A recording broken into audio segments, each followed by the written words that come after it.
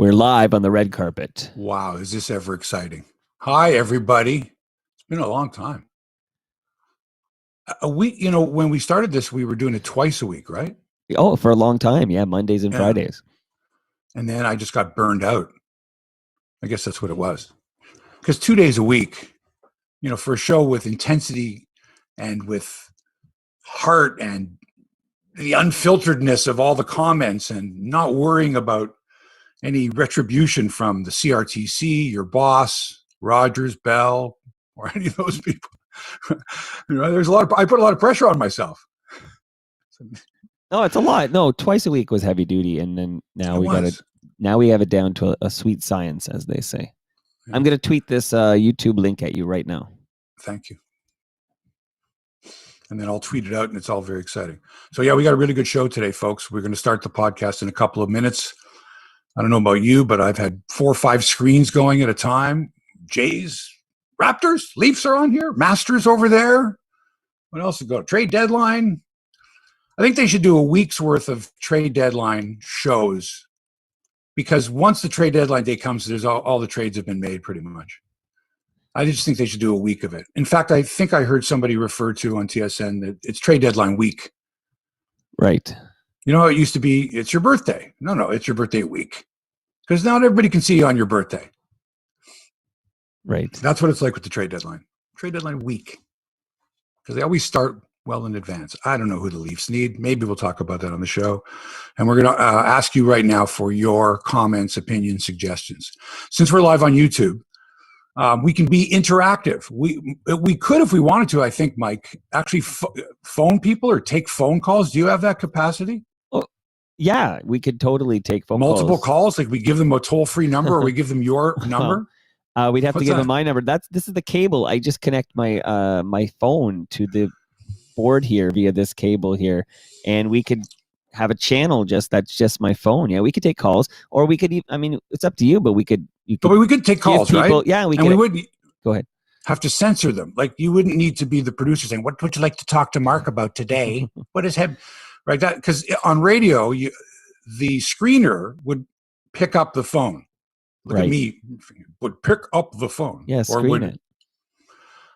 But you would just sort of put them on the air, and we would hope and think that anyone that watches this show is smart enough to realize that, the content that they deliver, if it's we should do this. I like this idea, but unacceptable. We blow them out. I could easily. We hang up on them. Did you see the clip last week where everybody was going crazy about this Cleveland talk show host that yelled at a guy, called him stupid? Yeah, I saw Wilner tweeted it. Yeah, we used to do that all the time. I know. Yeah, you talked about that last week. But one thing I'm thinking, go ahead. Do you think that the viewers, people want something like this? Is this something they crave? They're not getting it on their local radio stations if they're in fact listening. There isn't a podcast or a live feed where they can just haul off.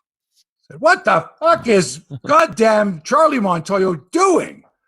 The runner at second base, extra innings, freaking Danny Jansen. Let him try to bunt at least. What the hell is going on here? Could have won that game 5 times last night. Here's a better idea. Like instead of the phone-in thing, because I don't know if I want to give these bozos my phone number. A better idea, I think, is that you basically go to your YouTube, your live YouTube, and you say, okay, here's the Zoom link. And I would basically one by one bring people from the Zoom waiting room into the Zoom room where we could do that. But do you want? But we should do a special open Hebsy episode, don't you? Don't you think? Open mic Fridays, right? Well, we combine it with pandemic Fridays that you do with Stu and with Cam, right. And then we have a Toronto mic listener party number 9 or whatever. Combine it with Hebsy. There you go. We did baseball jams last night, and this 45 single of Talkin' Baseball, which is the Cashman Blue Jays version. You know the song.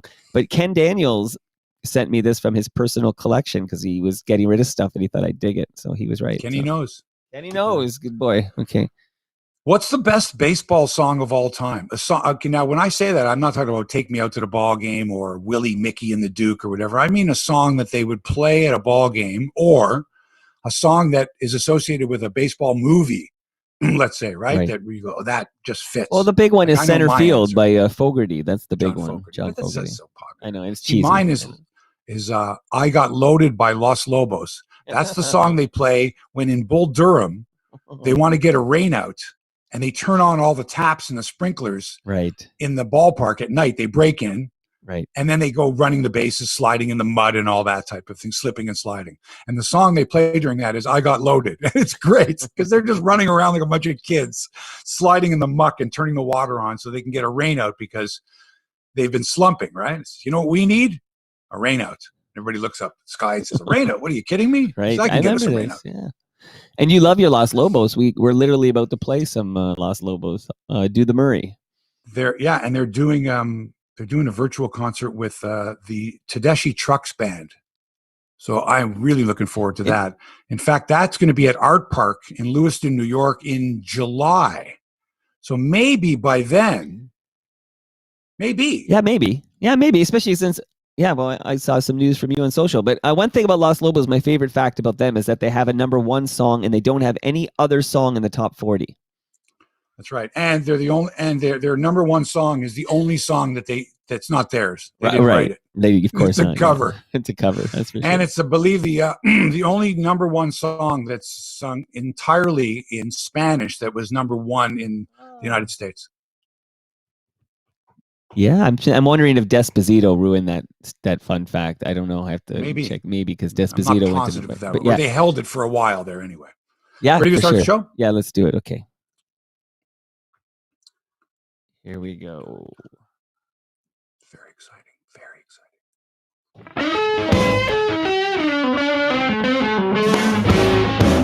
exciting. Live from Toronto, it's Hebsy on Sports, episode number 227. Thanks for tuning in. I'm your host, Mark Hebscher, in the Little Italy studios in Toronto. Mike back home at the mothership, anxiously putting together the backyard studio during this provincial lockdown. Hopefully it doesn't affect your building of the studio. Lockdown. I think the media is exempted from that. All right, lots of sports to talk about. Let's get to it. What do you think about your Dunedin Buffalo Blue Jays, who dropped a very winnable game last night in their home opener in Florida? Weirdest home opener ever. Weirder than the first home opener where it snowed. And that was pretty weird. I'll talk about that. What about the Toronto Raptors, the new team, basketball team that loses and loses and now is in a position where they could possibly get into the playoffs if they tried their best and put their best team out there, but they're more likely to finish down at the bottom of the standings so they can get a good draft pick for the future. What a conundrum / dilemma. And the Maple Leafs, speaking of conundrums, what do they do with their goaltending? I mean, got this guy, Jack Campbell's won 10 in a row. Freddie Andersen apparently is ready to play again. Talk about that. A brief Masters update because they're playing as I'm speaking, and who knows? I mean, by the time this intro is over with, somebody could have dropped 4 shots. Somebody could have made an eagle. I won't even get into that, but I'll tell you that I'm in a Masters pool with a bunch of celebs. Wow. That's put together by Perry Lefko. Oh, I know Perry. Yeah. Yeah, and I think Perry's guy. I think he's got something going on the side here or whatever because I'm off to a shaky start, and there's a lot of money involved here. Big time celebs like Joe Tilley. Wow. Jim Taddy. Wow. Others I can't. Mark Osborne. Can't wow, Ozzy. Can't name any more. Big stars. Those are big names. Big names. I'll be doing some sports media critiquing if that's okay with you. I mean, I know I'm really not qualified to critique the sports media. I'm only a viewer, used to be in the business. What do I know? So if you want to turn me off, then that's fine. But it's my favorite part of the show, Hebsy. Of sports media. My favorite part of the show. You know where to go. And by the way, I'll explain to you how to pronounce the names of sports people that announcers should already know how to pronounce, and just a little tip as to how to do it and make sure that you don't mispronounce someone's name when you're on the air on a major network that goes across the country. It's a little tip between you and me. Okay? And I'll tell you the story of how I single-handedly got beer sold at Blue Jay games when for 5.5 years they didn't sell beer. Wow. That's all coming up. But first, Mike, let's invite the listeners to the show by saying that the request lines are now open. We don't have the phone lines open yet, but if you've got a comment, post it on the YouTube feed, and we'll see if we can answer it, like live on the show. Yeah, on that note, Hebsy, I'm wondering if you could take a moment to retweet the actual YouTube link to your followers, because I If don't you can believe tell you. us about the update on the construction of the Toronto Mike Yes. outdoor backyard studio. Okay, so after 3 long months, cold months, I'll say, where everything was done via Zoom, we had our first in-person guest. So Mark Weisblot from 1236 was in my backyard. Now, I will point One out of the all-time greats. absolutely, and loves Hebsy on sports, and he does not like sports. I hear this from lots of people. They don't care about sports, but they love Hebsy on sports. So what Weisblot, I should point out, this is outdoors and 15, well, I didn't measure, but it was over 10 feet apart. I spaced us out outdoors, Right. and we didn't even face each other, to be honest. But Cam Woolley, who people know from, I think, CP24, and maybe he was on Breakfast Television before that, and he was... Oh, before that, he was the OPP spokesman. He was Right. the best. So Cam Woolley is actually retiring next week. And on his way out the door, he's going to do his exit interview in my backyard. So Monday morning, Cam Woolley, we should be Nice. live. That'll be cool. Wait, so live in your backyard Monday morning? Yes, that's correct. Yeah, about So 10 o'clock. Are you selling tickets to that? Is that part of a listener thing? That would be great. On the download. I would dig that. In non-pandemic times, I would totally sell tickets to that. In non-pandemic times. Somebody's got to write a song about that. All right, let's get to it. Mike, the Jays Yes. had their home opener in Dunedin at TD Park. Now, if I were to tell you 44 years ago in the snow of April 7th, 1977, the first Blue Jays game ever, which I attended, and I'm not lying about that, I did, even though millions said they were there and they weren't. If you would have said to me 44 years from now, the Jays aren't even going to be able to play in Toronto, they're going to be playing in Dunedin, I'd say, Dunedin, that little dinky park, Grant Field? Are you kidding me? No. 44 years from now, it's going to be this beautiful complex, and there's going to be a pandemic, and no way. Well, guess what? A non-sellout crowd of 1,348 attended last night's game at TD Park in Dunedin. That's far below the maximum allowed, which was over 1,900 fans. Oh. You see, they could have put 23% of capacity in that park last night. Fans knew it, but they stayed away in droves. Don't know why. 600 shy of capacity. Anyway, maybe the folks who stayed away knew something we didn't. Maybe they knew the game was going to take 4 hours to play, and they had to be in bed because they got to be up early tomorrow morning because they got to be, for the early bird special for dinner. It's at 4 o'clock in the afternoon. Right. So a night game to start at like 7:30 and not over till like almost 11. You can't have that. Right. And the Jays had many chances to win the game, many chances, especially after Randall Grichuk made a fabulous diving grab, his second great defensive play of the game, to rob Mike Trout of a hit and a go-ahead RBI in the ninth. But they couldn't break the 5-5 tie. The game went into extras. And then with a runner at second for everybody that came up to the plate had a runner at second base. Right. In extra innings. All they had to do was squeeze one little run across the plate. But what happens? Here's what happens. 6-3, K, and K. That's Simeon, Biggio, Bichette, Teoscar, Vladdy, and Lourdes. The heart of your batting order whiffing with RISP. And you know what RISP is, don't you, Mike? Runners in scoring position. RISP, okay? The heart of your order. So I know that people don't like to bunt. I know that bullshit, okay? But in extra innings, in the bottom of the inning, when all you need is one run, learn some fundamentals, okay? I question Charlie Montoyo's logic when he pinch hit Rowdy Tellez with 2 out in the ninth for Danny Jansen. Not the pinch hitting thing. Okay, I get it. You want to get a guy in there who can jerk the ball out of the ballpark and win it for you.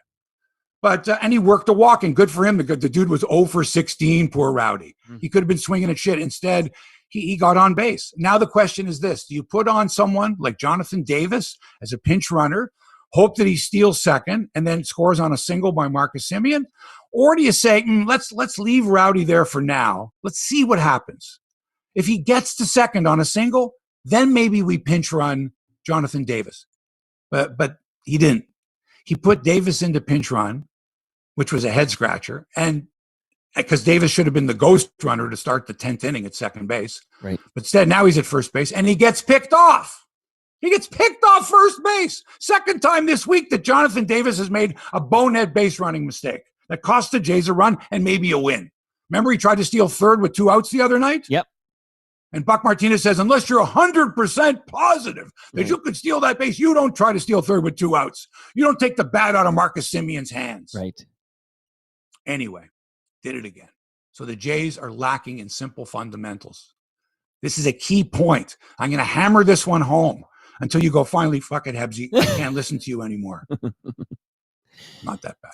The Jays are lacking in fundamentals because Danny Jansen, who couldn't lay down a bunt the other night, should have been bunting with Joe Panik at second and nobody out in the seventh in a tie game.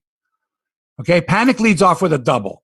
He could have probably gone for 3, but the rule of baseball is you never make the first out or the third out of an inning at third base. And Jonathan Davis had done it, like I said before. So Panik's got a double. Beautiful leadoff double. Danny Jansen can't hit. You could give him a telephone pole up there and he still couldn't get it out. He's not a good hitter. But so because of that and because of the way things are in extra innings now, these guys have to learn to bunt, if only for this situation. So what does he do? He hits a ground ball to shortstop and does not advance the runner. Cardinal sin. Try to lay a bunt down. Try to lay 2 bunts down the right side to advance the runner to third. Panik's a pretty good base runner. Smart guy. All right, basic fundamental, lay that bunt down. But he can't do it. So much so that Charlie didn't even let him try. He's out. You're riling up. You're riling up the anti-bunt contingent out there. They're quite passionate that they simply don't. That's fine. That's fine. Okay. But situationally, you have to look and say, is Danny Jansen a good enough hitter? If he swings the bat, he can advance the runner to third. So there's only 2 ways to do that. One is to swing and swing late because he's a right-handed hitter and try to push the ball to the right side. Once Joe Panik sees that the ball is hit to the right side and it's cleared the pitcher's mound, so the pitcher's not going to make the play, he's gone to third. They're not going to get him at third base. Right? Only a gold glove fielding first baseman is going to come across the diamond, a left-handed throwing, and fire it across the diamond, and he's still got to tag Panik at third base. So they're not. But they don't even try with Panik. Okay, and he hits, and the worst thing you could do is hit the grounder to short. The worst. Push it up the first baseline, hit it to second base, something. Can't do it. Have I asked you not yet, even trying to bunt. What are your thoughts on these extra inning rules that we're playing with? Well, they're going to be here at least for this year for sure. Like, so how would you feel if they kept them? So, like, if they're pandemic only, are you okay with them? But what happens if the pandemic ends and these rules stick? I'm getting used to it, and it is exciting because we know that in the first few innings somebody's going to score a run. It's not like you got to get a runner on base or you got to hit a home run. And that's why I'm saying you have to adjust your managing for these situations when you're at home and all you need is 1 run. Anyway, so Jansen grounds out, and then Simeon lines out, and then Biggio grounds out, and they get nothing, okay? That was in the bottom of the 7th, tie game. The Angels, they know how to play fundamental baseball at the right time. Kurt Suzuki, who had already gotten the golden sombrero on the night. Right. The golden sombrero. Buck mentions it, but he doesn't explain it for non-baseball fans. Most of us know It's 4 strikeouts. Yes. So after hitting 4 strikeouts, they say, you know what? Maybe you should try bunting, which they should have said to Danny Jansen. What does he do? He lays down a beautiful bunt, moves the runners up. Then David Fletcher hits a bloop single off Delise. In the 11th, they scored 2 runs. They win. Should have never happened. Tyler says, never bunt, he says, but then he puts in parentheses. This is on your YouTube page. He puts in parentheses, except if you have a weak hitter at the plate in extra innings. That's right, because guys like that had learned to bunt years earlier because the catcher's spot, a lot of times, if he bunts a runner over, the next batter is the pitcher. That's where they use the pinch hitter. You know, in situations 7th, 8th, 9th innings, it's like, all right, if you can bunt him over, right, we can bring so-and-so into pinch hit because we're ready to bring in a relief pitcher. It's the way it always was. And now Montoyo does that with Jansen because he's got Kirk on the bench, but like Kirk's a rookie. He's played 4 games in the major leagues. Anyway, right. The Angels know about fundamentals. Joe Maddon is a much better manager than Charlie Montoyo. That's not Charlie's fault. He doesn't have the experience that Joe Maddon does, although he worked with Joe Maddon for many years, the Tampa organization. So they are similar in that way. And Kurt Suzuki lays down the bunt, and beautiful, textbook. A bloop single, shouldn't have happened, did happen. So I'm upset about that. I'm upset that the Jays don't have the fundamentals or the manager doesn't trust the players enough to say, I need a bunt here. I don't care. Let it hit you, whatever. The other thing is, that really bothered me is that when Suzuki was up bunting, Borucki was the pitcher, and the first thing I thought of was, don't throw a fastball to a guy who wants to bunt.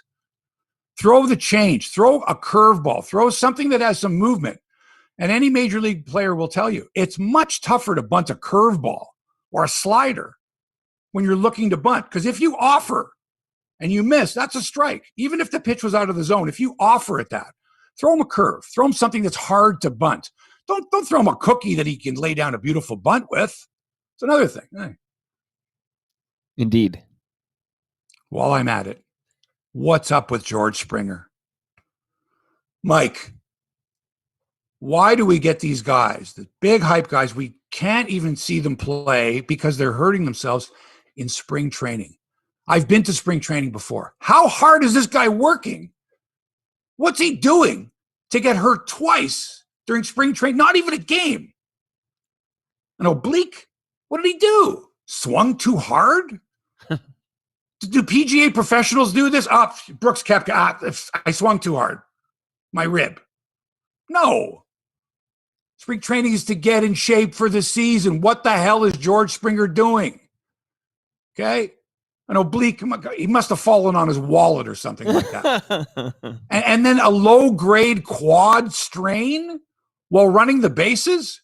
What's he doing? Is he trying to be Usain Bolt out there? Jog the bases. That's not a game. Look, if a guy gets hurt playing in a game, trying to stretch a double into a triple, something like that, stretching for a fly ball over the fence, diving. Right. I'm okay with that. That's part of the game, but not during spring training. But don't you think it's prudent for the Jays to be overly cautious with Springer at this point? Mike, how fragile is this guy? What are we talking about? A China doll here? Well, we can porcelain? We can go a couple of weeks without Springer. Oh, hey, listen. If the Blue Jays went out and signed damaged goods, then I got a big problem. If this guy had a pre-existing condition, could you imagine an oblique strain and then a quad strain? Oh, he gets hit by a pitch and breaks his finger. Okay, it'll heal. But what the hell is this? And how many games is this dude going to miss? Indeed. I want to know if they really checked on his medical condition or they went, we can get Springer. And somebody went, well, hang on a second. I've got some injury problems here. The guy's fragile out there. Maybe he shouldn't go to spring training. Well, why not? Well, because in spring training, you could get hurt. You could strain an oblique by swinging too hard. You could run the bases and pull a quad or a hammy, be out for a long time. And then what are the Jays going to do? Will Chan he says you're on fire this morning. So oh my God. And don't even get me started with Nate Pearson. Seriously, I'm going to throw up if one more person says there's the future of the Blue Jays. It's Nate Pearson to throw 103 miles an hour. This dude was wearing a sports bra yesterday, working out on flat ground. He hasn't even started his spring training. Okay? This is the most I've never seen so many injury-prone guys who we hear nothing but hype about that they can't even get out of spring training. You know what spring training used to be, Mike? Spring training was take it easy, put the cigarette down, run across the field, run back. Okay? Then kibitz around a little bit, whatever, and play a little pepper, go in the cage a bit, take it easy. Okay? I remember Bobby Cox saying, man, the last thing I want is somebody getting hurt in spring training. Take it easy. That's why we have spring training. Right. Be ready for the season. Can you imagine Charlie Montoyo? Springer, the hell are you doing? We need you for 162 games. Stop running the bases what do you think this is? Who are you trying to prove? Well, that's just it, though. I can run faster than you. Come on, let's sprint from first to third. Oh, my quad. Oh, shit, my quad. And everyone's like, what's going on? Well, Springer had a bet going with Jonathan Davis to see who could run faster from first to third. $50 bet. I love what you're selling here, but Springer is quite the proven commodity. I don't know if it really works for this guy. This guy, I think we know what we got, and he might just have a little strained oblique, and maybe they're just being overly cautious because why rush him back? Are you kidding me? Seriously. You think they're going to wait till he's exactly 100%? That may never happen. He was at 95% with his oblique, and then when he went and ran the bases, he pulled a quad. Come on, Mike, think about this. Yeah. What's next? Okay, is there a black cloud over this guy? Is he going to get hit by a pitch when he makes his first appearance? Here's George Springer, ladies and gentlemen. Missed the first 25 games of the season. Great to have him back. Oh, he's hit by a pitch, breaks a finger. Oy. There's a lot of hype around this man. I mean, look at that. Look at that contract. I hope Nate it's Pearson too. Oh, young Mike was very disappointed at Bill Caudle. I just don't want to. That's 100 years ago. It's young Mike. Bill Caudle. Look, Bill Caudle came with a lot of hype. No, that's my point. Like, he came with a lot of hype and he did not deliver. No, but he wasn't injured. He didn't miss the first 20 games of the season. I know. I'm just trying to find a historical comparison. No, we haven't even seen. I'm dying to see him play, but it looks to me like when and if he does play, he's going to be the DH to start with, because we don't want to put him out in the outfield. He might have to run after a ball and strain another quad. Hey, you asked for questions, so there's a question on YouTube. Did you see the Conforto walk-off hit by pitch last night? And then he wants to know how's that not reviewable, but you can talk about that later. Right. We'll get to that later. Okay. I'm still ranting on this. Okay, so there's at one point, I'm looking at this team. They're in a tie game, and here's who you got on the field. Kirk catching, 5 games of experience in the major leagues. Played A-ball last year. Merriweather pitching, 7 games of experience, major leagues. Vladdy at first, 30-some-odd games playing first base. Bo at short, who's played about 75 games. And Biggio at third, who's played like 15 games. So I added it up. So it's 187 total major league games played by those players at those positions. Wow. Meanwhile, the Angels have got Trout, they got Fowler, they got Kurt Suzuki, they got Shohei Ohtani, they got veteran players. Right? Right. They can bunt, they can run, they can hit and run, they can play defense. They have tons more experience. Here we got a team that has starting pitchers like Tanner Roark and Ross Stripling. Mike, obviously not good enough early on. Right. The starting pitcher. But this team, what they need more than anything else is reps. And too many of them are learning a new position at the major league level, while every other team in baseball has experienced players there. This is the youngest team in Major League Baseball. It's going to be fun, but it's going to be frustrating. And I think, not that I know more than Charlie Montoyo, but I'd like to see Charlie put the same lineup out there every day for a while, just to let these guys get familiar with each other. If Simeon's your second baseman, put him at second. If you want him to play shortstop and try Bo somewhere else, that's fine. But now to move this guy to short, that guy to second, that guy to DH, and rotate those positions doesn't do it for me, right? And if you add the shift to it, now Biggio, he's a second baseman in the shift, but he's a third baseman when there's no shift. Bo has to learn how to defend differently in the shift and out of the shift. Who's my second baseman? Am I throwing to Simeon every day, or is it going to be Joe Panic every once in a while? And how's Vladdy going to improve? The only way to do it is they need reps. They need to be playing together a number of games. They need to learn by making mistakes. And then by the end of the year, you can go, you know what? These guys played 120 games together. And in 2022, 2023, they're going to be unstoppable, because we all know they can hit for the most part. But we don't know if they can field. No doubt. What is this team? 3-4? I mean, early days. 3-4 with Ryu, your ace, having lost the other day 2-1. Right. In another game where they cost them a run because of defense. But if Ryu's your ace and your stopper, you've got to be able to compliment him with something reasonable. But they let Matt Shoemaker go, and they didn't sign Taiwan Walker and all these other guys who we all got excited about. No, we're going to try him. We got this guy Stripling. Let's try him. He looked awful. Roark, awful. Yeah. Who else they got in the rotation? Robbie Ray coming back? What? Yeah. There's another thing, is that when the guy comes back, they think that when the guy comes back from injury, he's all set to go. He's rare to go. He's going to blow guys away. And as good as Steven Matz pitched the other day, and he was beautiful. Yeah, he was. You can't expect that every time out, right? I mean, he's somewhere probably between what he did the other day and what he did last year. Hopefully more towards what's this year. You can't look at the guy after one start and go, oh, he's the man. Okay, while you're talking about the rotation, though, there's somebody on the YouTube channel, the Hebsy YouTube channel, wants you to talk about Pearson. So please, let's hear some Pearson. Monumental failure with this squad. They should have brought him along and ensured that he was blowing guys away in AAA. But since there was no AAA, they had to put him on the Major League roster. And since he was on the Major League roster, he was, okay, he's one of our guys. He's going to be an ace. This guy is yet to prove that he can pitch in the major leagues, and really yet to prove that he can dominate at the AAA level. But they committed themselves to him because he throws 102. Right. He doesn't know where the ball is going, but he throws 102. So they fell in love with his fastball. Yes. He's not a pitcher.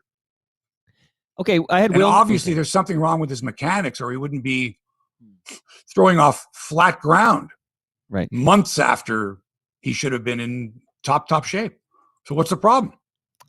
So last Friday, I had Mike Wilner on Toronto Mike, and I talked to him about Pearson. And Wilner feels like you should use your bullets at the major league level and not at like AAA.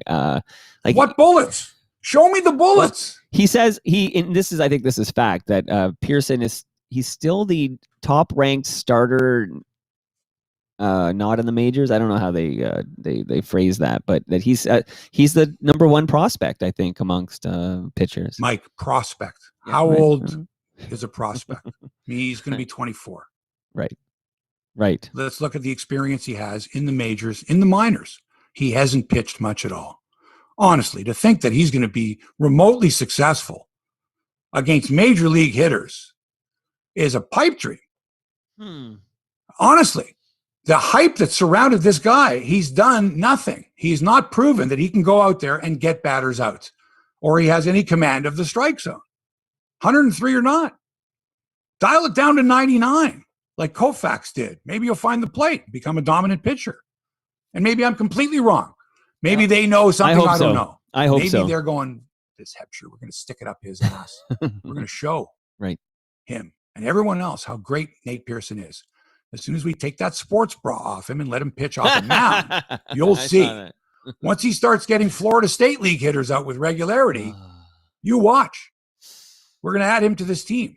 That's all we need, is yet another inexperienced player that we have high hopes for. Okay, the Mets won a game yesterday that they really should have given back. You see, home plate umpire Ron Culpa was about to call strike 3 to end actually, it wouldn't have ended the ball game. It was a tie. It would have been a tie game there. Strike 3 on Michael Conforto of the Mets. But Conforto stuck his elbow over the plate, allowed the pitch to hit him, and gave the Mets a victory when Culpa changed his call to hit by pitch, which forced in the winning run. Most bizarre ending I've ever seen of a baseball game. And even the Mets announcers, Keith Hernandez and Ron Darling, said it was the wrong call. Even though it gave their team, the Mets, a walk-off win, they were embarrassed. Right. That Culpa, I don't think he said Culpa should lose his job, but I said it. This ump should lose his job. You're about to call strike 3, and then the guy sticks his elbow out, and the ball grazes his elbow, and then you change your call, and then it's not reviewable? What do you mean it's not reviewable? Get the call right, you dickwads. Interesting. Terrible. But to hear the Mets announcers go, oh, no. You're going, can you imagine? Like the guy who does the Boston Bruin games, Jack Edwards. Can you imagine Jack Edwards going, oh, no, the Bruins don't deserve that goal. No. No way. That's how bad it was. Wow. All right, some TV and radio notes. No Dan Schulman on the opener. Weird, man. Weird. Buck and Pat Tabler are at the game. No Dan at all, nothing. No contribution from anyone else there, even though you have Ben Wagner. He did something on the pregame show wearing a coat 3 sizes too big for him. Okay? And not made up to look like a television guy. He was a radio guy. Right. I don't know if they said to him, Ben, you got to get a wardrobe or dress a certain way, or I don't know. Anyway, so I'm watching that. I'm listening to listen to Buck and Pat do the game on the simulcast is terrible. Yeah, they don't care, Hebsy. They don't care. Oh, it's awful. There were lulls there where like, I'm listening, say something, give me a hint, and give me an indication. Are there runners on base? What's the count? Please, something. Listening to 1,300 fans in Dunedin going, you want to go home soon, Marge? Yep, gotta get up early. Go for a walk. Florida.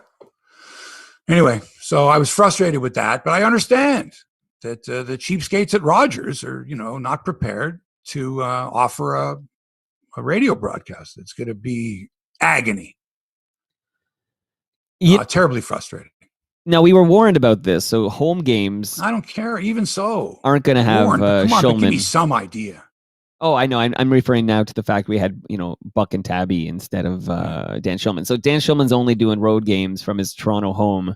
Everyone's Correct. at home, I guess, but when they're in Dunedin, then you get Buck and Tabby. We get Buck there. and Pat live in Dunedin at the ballpark. So what would you rather have Dan Shulman watching it on a screen in his Toronto home? Well, it's not a screen, it's about 9 screens. Yeah, right. He gets every possible angle. But he's that good that you'll take that over Buck calling a game live. Of course, because Dan has radio chops. Right. Big time. And Buck and Pat don't.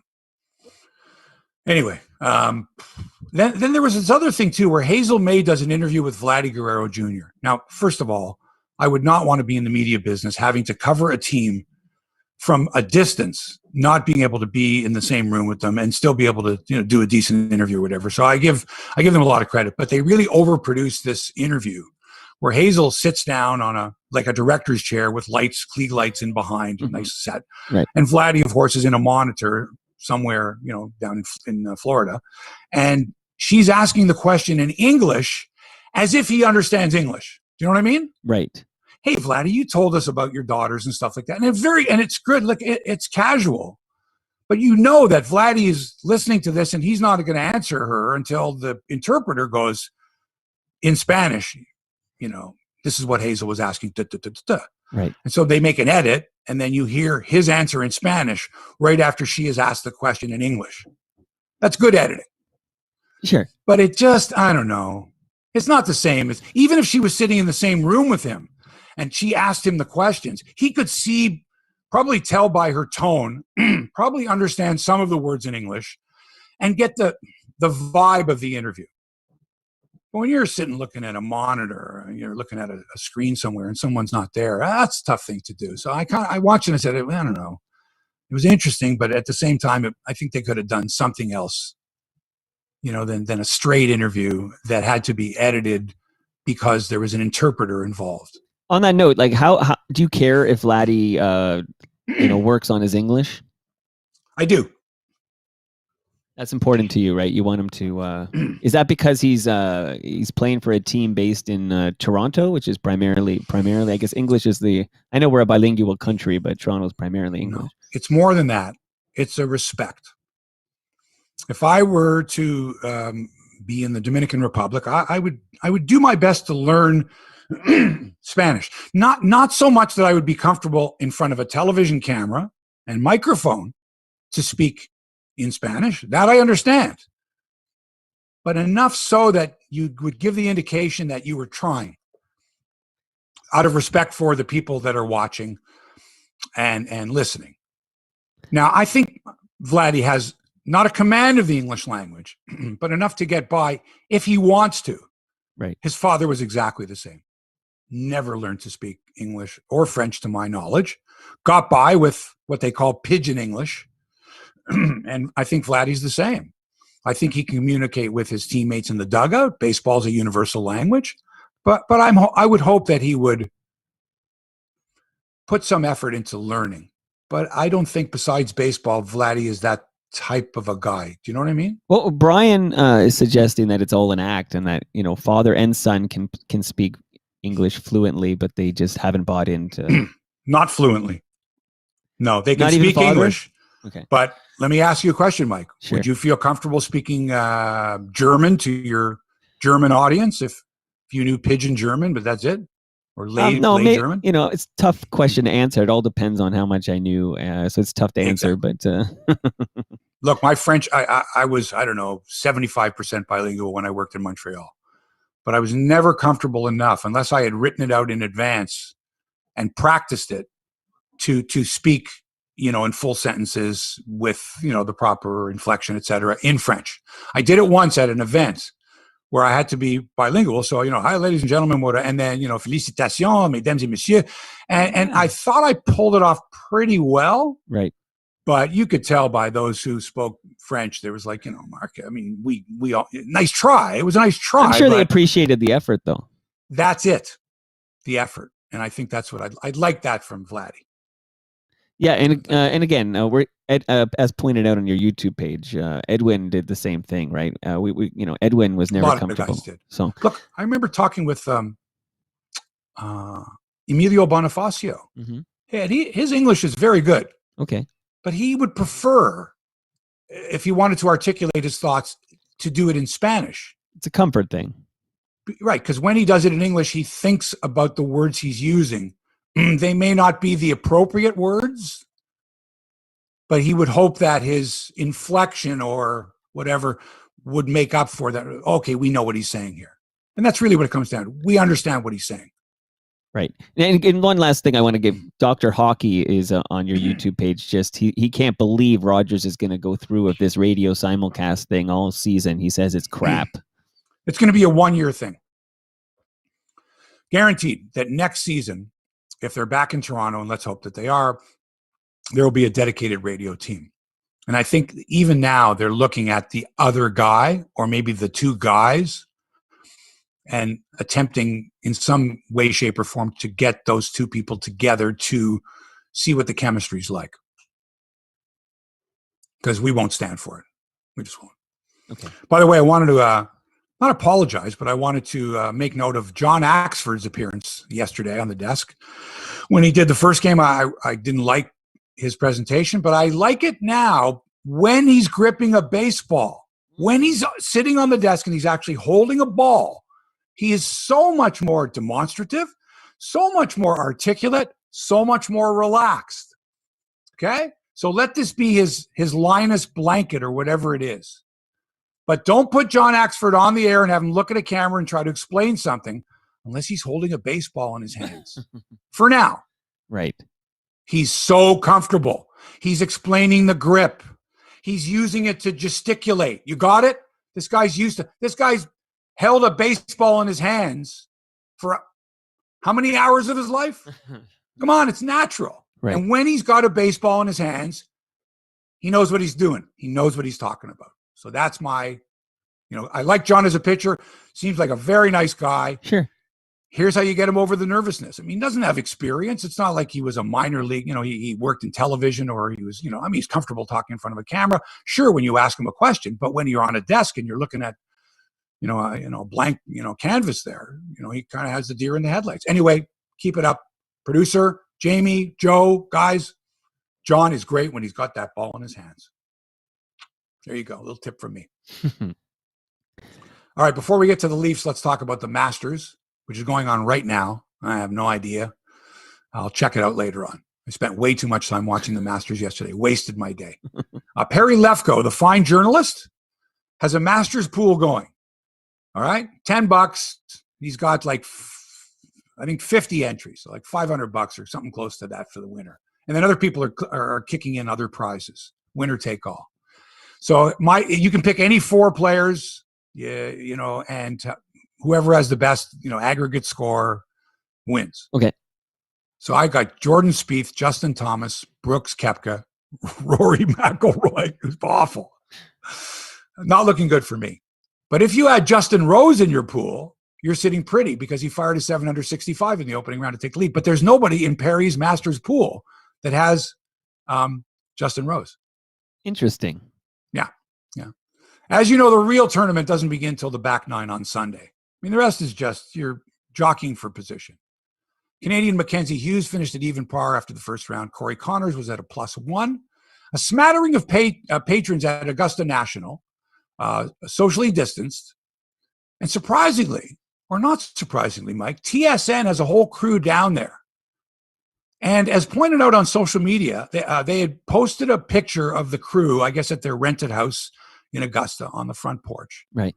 And someone pointed out on social media the fact that they were an all-white crew, which is kind of staggering and shocking at the same time, especially in this day and age. And this particular event in the state of Georgia, the same state where Major League Baseball pulled the All-Star game from. Mike, do you think it matters that outlets such as the Golf Channel and ESPN use persons of color on their broadcasts, on their Masters reports, yet TSN doesn't use, Kayla Gray, Jermaine Franklin, Farhan Lalji, persons of color that work for them? Well, sure, it matters, right? Of course, representation matters. But I'm guessing nobody on their staff, no person of color on their staff is a golf expert. Is that the problem here? Golf expert? I don't know. You have to be an expert, meaning you've played golf before? No, good point. You know about the history of golf? It's tough for me because I haven't watched any of the, I don't typically I'll watch give you an golf example. coverage, Okay, so. they use Graham Dillette as their analyst, and Graham Dillette is a professional golfer. He's Canadian, right? From I believe Weyburn, Saskatchewan. Nice fellow, pretty good on the air, but I mean, he's never played in a Masters before. I don't believe he's played he's probably played there, but I don't believe he's played a competitive round there that we know about. And so I'm not saying that they shouldn't have him on the telecast, but why not add another person? I don't know. I mean, you're asking, is diversity important or is it not? Especially here where there's no journalism involved, remember. No real journalism involved in their Masters reports. Real journalism would be, here in Georgia, there's been and they don't do it on the other stations either. They don't get into politics as to why they should be there because of the state of Georgia and, voter suppression. And so they don't even they don't even discuss that. They don't even discuss the Tiger Woods is twice over the speed limit, rolling his Genesis on him. You know what I mean? Like they don't talk about those things because that's not good for golf. They're strictly there to pump up the sport of golf and pump up the Masters. I think how dare you say anything controversial during your Masters broadcast? Right, they're probably keeping the politics out of it. But keep the politics out of it, which means if someone said, well, maybe don't you think we should add a person of color perhaps to this because other networks are, but we have persons of color. Why can't it be equal representation? And can we not discuss the fact that Lee Elder, the great player of his own right, and the first black to appear at the Masters, was there. He didn't hit a ceremonial first swing. He's in ill health, but he was recognized, and there was somewhat of an apology, I guess, sort of a recognition by the Masters Committee to say, Lee Elder overcame an awful lot, and we want to, especially now, we want to honor him. We want to recognize his contribution and what he's done for golf, and broke down barriers. Well, I think it's important you ask these questions, right? I think that we have these discussions because I don't have all the answers, but I do know it matters. Like your original question is like, does it matter? Well, yeah, of course it matters. So I didn't someone else brought it up. And again, it was a picture posted. Hey, here's our crew. Here we are. I don't know, 7 or 8 of them, I guess, on the front steps. So is this like Bob Weeks? Someone pointed out and say, boy, all white crew in Georgia for the Masters. Big surprise. Yeah. James Duthie and Bob Weeks and, these cats. No, not Duthie. No, Duthie's he's not he's not. Oh, because of the trade deadline, probably. Trade deadline day. Right. I know that will break his heart because, he wants to be there. Yeah. But I mean, had it been a normal crew, yeah, James would be down there as well. And maybe others, I don't know. Yeah. Is it important? Sure it is. Sure, it's important. And is someone going to bring it up, not on the telecast, but on social media? Well, just a question. Well, really, that's our role, right? Because we're completely independent, so we don't have to worry about upsetting partners or Bell Media backlash. You can just call it out if you see there's. And I think I just asked the question. You're asking a question. Is their broadcast crew too white? Did they ever look at it? And is it important to them to show, hey, here's TSN down here, and yes, we have women, we have men. We have people of different sexual orientation. We have people of different color, different background. This is us. This is Canada. This is TSN. Here you go. It's funny, you're talking about this pool from Perry Lefko, and I'm hearing the players, and I do know these names mainly from you, actually. But I got to say, if and I know this won't happen this year because, of course, he's he's not there. But unless you tell me Tiger Woods or a Canadian is in contention in that back nine, I actually have no interest in the Masters on a personal level. So I can tell you that I know Tiger Woods is a person of color, right? And there was Vijay Singh, and I know of a few successful, but as sports go, golf is awfully white. And maybe this is a reflection of that. And I think it is important to ask the question, does it matter? And I would say, you're damn right it matters. Damn right it matters. No, nobody does journalism at the Masters. I mean, real journalism. It's golf. It's pumping up the game. Oh, sure, it's talking about, nefarious events or Patrick Reed cheating or whatever, but they really, really don't. They're Right. kind of, the Masters thing is, no, you don't get into that. I mean, they fired, what's his name? Gary McCord from the Masters broadcast because he said the greens were so fast they were like bikini waxed. Oh, that's it. Off the broadcast. That's it. So they have tremendous control. Anyway. Interesting question, Hebsy. Mike, Freddie Andersen listed as the starter for the Leafs game tomorrow against Ottawa. Okay? Monday, the Leafs play Montreal. The starter listed as Freddie Andersen. Tuesday, the Leafs play Calgary. The starter, Jack Campbell. Now, I didn't see this released anywhere. I'm trying to look around. I haven't heard Sheldon Keefe say my starter is so-and-so or Freddie's almost ready. I do remember about a week or so ago them saying, oh no, Freddie's not going to be back for a while. Could be a while. Remember that? Yeah. Michael Hutchinson's the backup, who did well in his one win. I forget who they played, but he played pretty well. But you're going, no, we can't have Jack Campbell and Michael Hutchinson as our goalies going forward. It's got to be Freddie when he's ready. Apparently he's ready. Yeah, we got to find out who is Freddie. I think we got to find out what he's got. I'm of the belief that since we're still in the regular season here, that if you're a starter and you get hurt, you still come back and you have an opportunity to keep your role. It'll all depend how he plays down the stretch.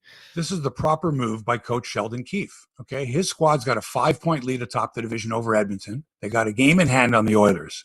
If ever there was a time to test out your injured goalie, if he's ready to go, and sit your guy who's won 10 in a row, now's the time, right? Even if Freddie doesn't play well and the Leafs lose both games, they still have a lead. They still have a bit of a cushion. Then they go, okay, I guess we're going back to Jack now. And Jack, you're going to have to carry the load. And Freddie, you're the backup. And I don't know.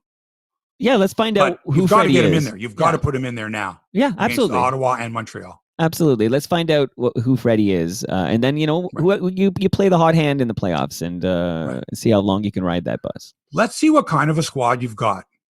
Everyone's coming back from injury. We really don't have any major injury issues with this team. Guys are coming back. I pointed out Wayne Simmons was playing poorly last week. Last couple games I've watched him, he's had much more jump. Maybe he's fully recovered from his injuries. You don't know these things. But he looks a lot better. The team has more jump. They're meshing better, except for the power play, which I just think they're overthinking it. Blast away with this power play. Just blast away. Okay? Back, forth, trying to find the angle to try to get that shot. Just blast it. Okay? That's the type of team they have. Marner from this side, Matthews from that side. Fire that puck. Because you never know what's going to happen. It's going to bounce here or there. Get the shot on goal. Sometimes when they overthink it, they end up giving up a breakaway shorthanded or something like that. But they've just had all these opportunities. How can a team play so well when they're 1 for 147 on the power play? How do they do that? The best line, of course, is when the Leafs when there's a penalty, the Leafs should just decline it. That's an old joke. That's a good one. And do you think the Leafs should make a move at the trade deadline? Oh, yeah, we trade this guy for a bag of pucks. I think they're okay. I don't see where unless they can get rid of Nylander, who's got COVID. Who wants him now? Well, he's under COVID protocol because you need money to sign Zach Hyman. Are we looking down the road or are we looking for the playoffs this year and a deep run to the Stanley Cup? Which one is it? Well, hopefully with this team, the way it's constructed, we're looking at the playoffs this year. You betcha. Meanwhile, the Vancouver Canucks have been stopped cold by COVID, and the NHL really has to scramble now to figure out a lot of things. But number one is, how do you complete the schedule? Can they complete the schedule? Can each team play the same number of games? And I don't envy the folks in charge at the NHL because the situation changes literally minute by minute. 25 Canucks players and staff have been affected. We don't know at this very moment what condition they're in, how varying the conditions are. The strain apparently is this new strain, which knocks you right on your ass. Okay, you're vomiting and your lungs are filling up with fluid and all kinds of horrible stuff. So let's think about the safety of the players first. Sure. But you can't help but think, what does the NHL do if Vancouver can't complete a schedule? Or how about this? What do they do when Connor McDavid and Austin Matthews are battling for the Art Ross Trophy, yet Austin Matthews' team has played 5 less games, or his team has played less games, and he's got a chance to win the Rocket Richard Trophy with most goals, but Matthews has played 8 more games. Do you do it on percentage of goals scored per game played? How do you give out the Art Ross? How do you give out the Rocket Richard if these teams haven't played the same number of games? I'd say those trophies are a very low priority during a pandemic here. And by the way, this is something to think about. Something to think about for sure. Now, these do you not give them out? Do you say sorry? Yeah, you give them out, but I think it'll end up being that if your team played 5 less games, well, then you're shit out of luck, as they say. I think is how it'll end up being. Here's the difference, Mike. Okay, yeah. If you're a player and you got injured and you only played in 74 of the 82 games, yeah, right. Of course, sure. But if your team was never given an opportunity to play those games, you can't be punished for that. It'll be interesting. We're really sorry you only had 47 goals in 42 games. He played 52 games, or whatever the number is. Well, here, on the note of the pandemic, firstly, let me speak. It scares me to hear about all these hockey players are like, they're young, of course, because they're NHL players, and they're fit as a fiddle. Like, to hear that segment of our population being knocked down by COVID is really scary for me. I miss the good old days when you heard like SARS in 2003. Oh yeah, if you were really old and sick, it got you. But if you're healthy and young, you're okay. This is scary, firstly. And then on this note, real quick, I just want to say, Hebsy, I follow you on social media, and I'm very happy for you and excited that you finally got your jab, right? You got your first vaccination shot this week. I did. I went Easter Sunday. I had applied at the local pharmacies and that to get the AstraZeneca shot. Right. But the AstraZeneca shot, you take it and then you can't make an appointment for your second shot. It's like, we'll call you when we're ready to give you the second shot. Right. Kind of didn't like that whole idea. And so I went on the Toronto website. I was actually watching CP24 and John Tory was on. And he said, look, go to this website, toronto.ca/COVID-19. Went to it. Boom. Everything. How old are you? Right. When do you want to come? Right. Come on down. Good. And I went to Metro Toronto Convention Center, and in 20 minutes. Yeah. And I'm talking, you lined up like you're going to the airport. You go through this checkpoint. You go through that checkpoint. Let's see your ID. Fill this out. Go there. Swab. Needle. Wait for 15 minutes. Off you go. Easy. That sounds like my flu shot experience at the same location. Right. But the beauty of it is, Mike, is that when you register for your first shot, you automatically get a date for your second shot. Now that date isn't until like late July, right? And they may move that up if everyone in Canada has been vaccinated by then. They'll move that date up for your second shot. But when you take AstraZeneca, it's like, yeah, we'll call you. We'll call you when you're ready for the second shot, which means it's up to you. Right. To call the pharmacy, visit the pharmacy, badger them, bother them. That could be stressful. Until they say, well, we can't give you that second shot because we still are administering the first vaccine to a number of people. And you're frustrated and you don't have a date and what the hell's going on, even though you're 65% okay. Well, you must have some relief, though, knowing that you got that first shot and it should alleviate symptoms should you contract COVID-19. Yeah, of course. Yeah, that must feel good. Buddy. I'm jealous. I didn't do the selfie thing though. I kind of. But that just. I don't want people to there's Mark with a mask and his arm rolled up and his fleshy upper arm and a needle going in there. I saw Gordon Lightfoot do that. I thought it was kind of neat. I don't want to see that. I want to see you when you're most vulnerable. Say, hi, here I am. I'm getting my shot. I'm going to be okay. No, so I took a picture of the needles, all the syringes, right in the bin, the container that was. I had asked the nurse. He was doing a 12-hour shift. I said, how many? 200-300? That's a lot. Right.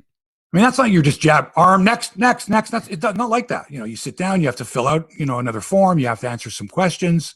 They swab you, put the needle in, then you got to wait. So it's not like you're knocking them off like rapid fire, but still 200-300 jabs into people's arms. Man. So I give them a lot of credit. Shout out to all of them. Shout out also to Josh Lewinberg, reporter for the Toronto Raptors. Does a really good job staying on top of things in Raptorland. There's so much going on, man. Good picture of Gary Trent Jr. wearing a Blue Jays jersey the other day. Right. So I got in touch with Josh even though he's here in Toronto, but I said, geez, you think these guys from the Raptors might go up to Dunedin and see the Jays play? It's not far at all from Tampa to Dunedin, which would be really cool. Hey, let's pan the audience. Hey, there's Gary Trent Jr. and Chris Boucher in the stands watching the Jays. I think that'd be really cool. Anyway, yeah, so to cover a team from a distance when you were used to talking to the players face-to-face all this time, unbelievably tough. So, all those reporters, Hazel Mae trying to interview, Vladdy in Spanish and Josh trying to interview Nick Nurse or whoever comes to the podium after a game from a distance. That's really difficult. And to stay on top of things, to be, in the loop, to at least be able to say what's going on somewhat behind the scenes and some inside basketball. I really like that. It's good. Raptors played again last night. Went into the tank, did they? I don't know. They got 38 points from Chris Boucher. But the Chicago Bulls, the team they're chasing for the 10th and final playoff spot, which is the play-in spot, 9 and 10 will play in to see, who gets into the playoffs. Right. They got their asses kicked, 122-113. And they now trail the Bulls by 3 games for that final play-in spot. And they're only 4 games from finishing dead last in the conference and getting a really nice high draft pick. So Andrew Mike, Jeeves, which way should they go? I was going to say, Andrew Reeves wants to hear if you think the Raptors will make the playoffs this year. No. Or at least the play-in slot, I should specify. No. And do you think they should play to make the playoffs, or should they just maybe, put a lineup? No. Yeah, right. No, I think Nick Nurse has an opportunity to try out certain players like the Chris Bouchers of the world, like Bembry's, like a bunch of others. Let them play. It may not be his best squad to put out there, but he's thinking about next season already. He's thinking, who do I have for next year? Well, can we contend? What do we need? Because this team is not going to go places. And even if they happen to overtake Chicago for the final and then win the play-in, they're just not good enough. Right. We need a first round pick here. We need a good draft pick. And the other thing, Mike, is they've been affected more than other teams by not necessarily COVID, but certainly not having a home. Agreed. Absolutely. It's got to I can't imagine being away from your home, your fans, the atmosphere that all these other teams have. Even in a pandemic, imagine, being a Dallas Mavericks fan or a Houston Rocket. Well, maybe not the Rockets. Lakers. These are places where fans can now go to watch the games in certain places. There are crowds going to these games. And the same with the hockey games in the U.S. There are crowds, at Madison Square Garden, New Jersey, Boston. Yes. St. Louis, Arizona. There are people going to the games, couple thousand, but they're going. Anyway. Well, they're so far ahead of us down there in terms of vaccinations. Far ahead. Okay, so I'm listening to the radio the other day. I'm out and about in the car. It's about 10 o'clock in the morning. And here's my choices for sports radio. Okay. I got Fan 590 in Toronto. They're talking about the Calgary Flames and Daryl Sutter. And what a great guy Daryl Sutter is and how tough it is in Calgary. And if I hear one more thing about Calgary, I'm going to run this car off the road. I'm in Toronto. I want Toronto stuff. Is that too much to ask? No. And our Calgary reporter, who gives a shit? Sorry. Not sorry. But they can't just talk about Leafs, can they? Toronto, why not? Why not? I'm from Toronto. I watch every Leaf game. I don't want to hear anything more about Calgary and their problems. Okay, part of my ignorance, what is the 10 o'clock show? What are you listening? Is that like Hockey Central or something like that? No.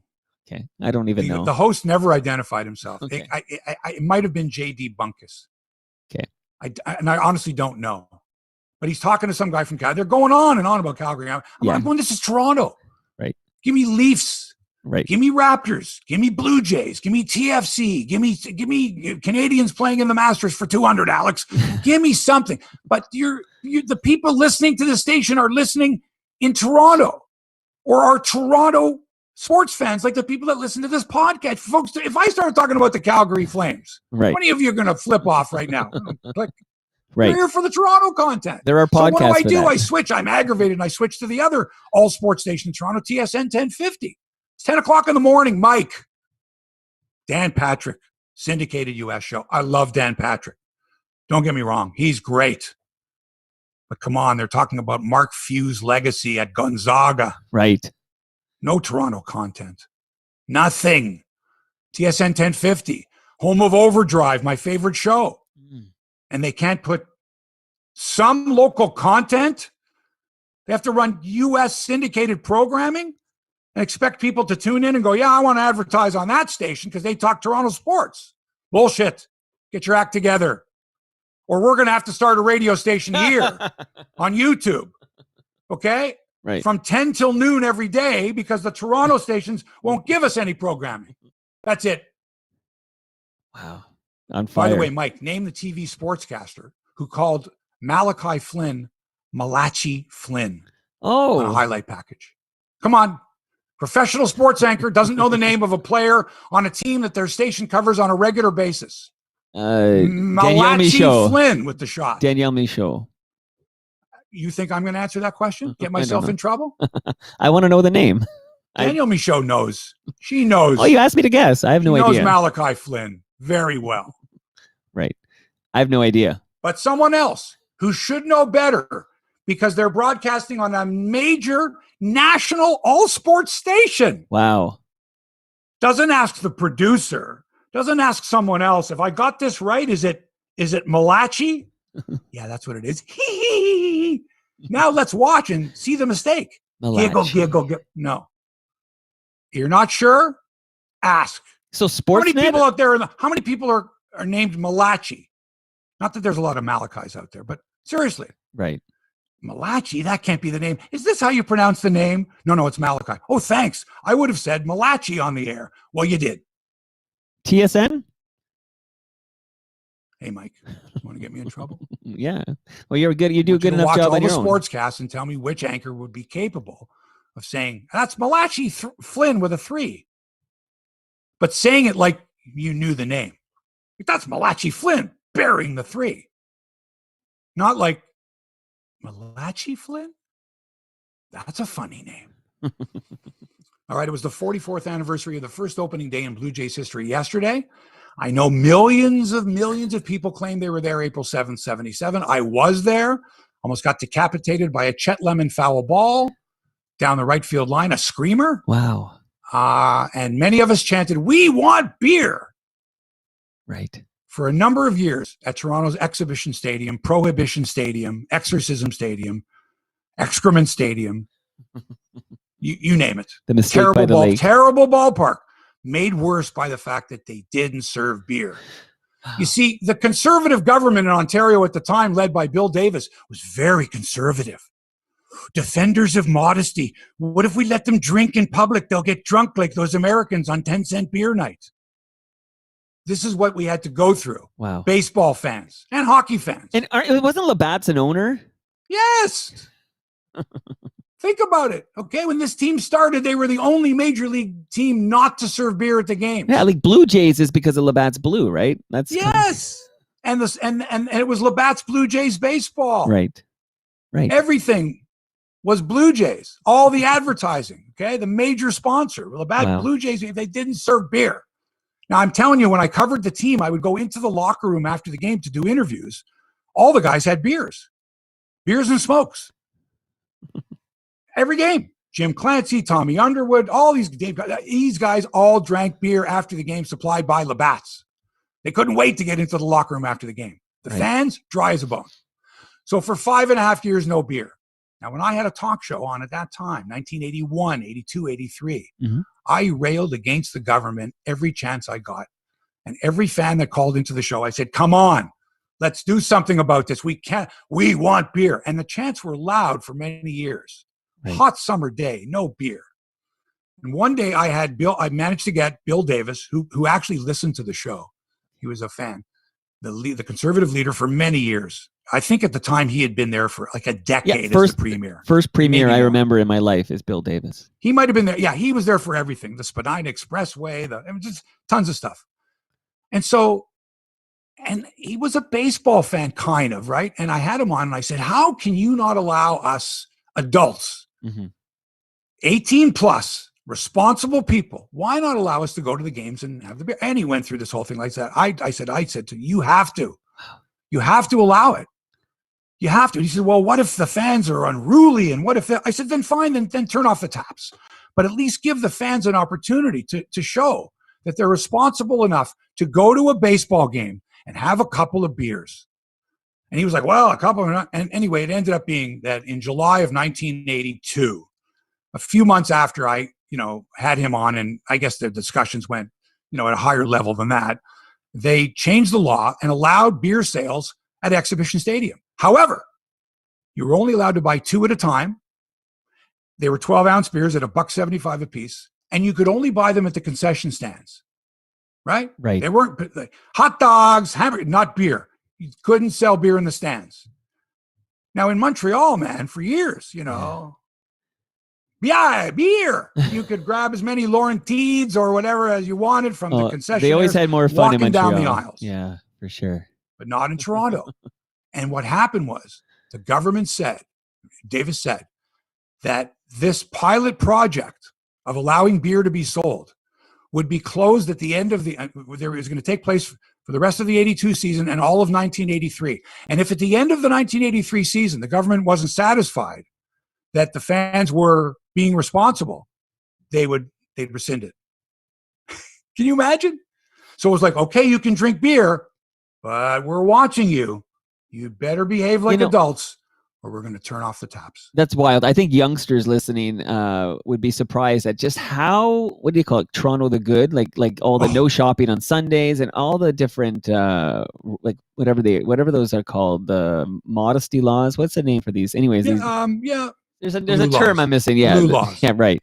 Like it would be shocking to hear like how, because you mentioned Montreal and everybody, that's why Montreal was the place to go to have fun. Like Toronto was a stiff, Protestant. Now, I don't know this for a fact, Mike, because at the time I was a professional broadcaster, right, and couldn't indulge in certain things, illegal things. Okay. But there was a lot of weed smoking going on at Exhibition Stadium in those days, especially because you couldn't drink beer. And they're always checking for containers, you can't sneak that wineskin in so easily, right? Sure. Although in those days they were kind of lax. Okay, like we'll look the other way maybe. But, there's lots of pot smoking going on, man, because like, hey, we're at the ball game. It's summer. We're sitting. We got our feet up. It's a nice languid pace. It's baseball. It's wonderful. Well, Hebsy, my first sports memory, if you will, is that walking to Maple Leaf Gardens, I guess on Carlton there or whatever, and the thick smell of weed in the air, like that smell of, ooh, that smell. Yeah, that's right. Can't you smell that smell of Mary Jane wafting in the air? And I said, okay, it's time for puck drop soon. So. Right.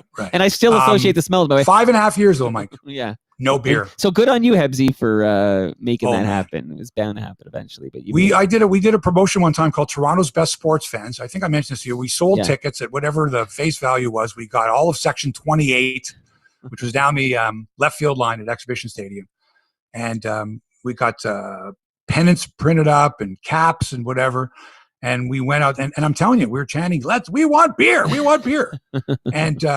We had a really good following. The radio listeners were great and passionate baseball fans, Blue Jay fans. And a lot of them were learning the sport of baseball too. I happen to grow up loving it. So from an early age, I really, enjoyed the game and watched as much as I could and went on road trips and that. But a lot of people who just, knew baseball but didn't know some of the nuances or the history of the game or whatever. And I remember when I had the show, people would call up with questions, and there were no stupid questions about baseball because they were learning. Right. Mark, if the runner crosses the plate before the third out is made on a grounder, does that run count? Right. That kind of stuff. No, it doesn't. Mark, can you explain the infield fly rule? Right. That type of a thing.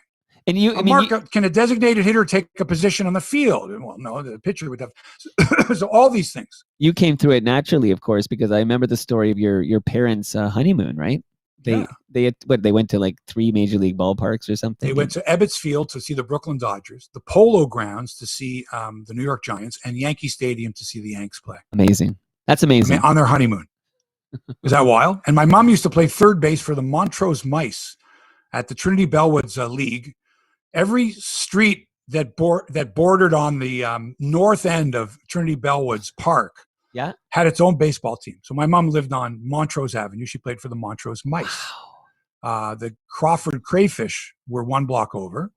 The Beatrice Beetles were a couple more blocks over. The Grace Street, I don't know what their name was, had a team. Yeah. My mom played third base. Amazing. The hot corner. Amazing. So we got baseball. A league of their baseball in my own. blood. I love it. Okay, Mike and fans, thanks. Thanks for being a part of this. Much appreciated. Hope you enjoyed it. That's it for episode 227 of Hebsy on Sports. And Toronto Mike, once again, thank you for your excellent production and inspiration. And Mike's podcast is a beauty, a must listen. He always has great guests. I've got some catching up to do. Got to listen to that. The rest of the Mike Wilder episode, Carol Pope episode. So go to torontomike.com and check out his excellent and podcast. we kick As out for me, the baseball jams yesterday. So any fans of baseball jams got to check out the Pandemic Friday we recorded last night. there you are. Yet another on my list of Your- my to-do list of Your hit listeners. list. And for me, check out my YouTube page, Live from Toronto, if you haven't already. And please tell your friends about this podcast. Subscribe, like, share, all that stuff. I'm getting some wonderful responses from the listeners. So if you have any comments or suggestions, pass them along. And that's it. Thanks for allowing us into your headspace. Back with another episode next week. Until then, so long for now.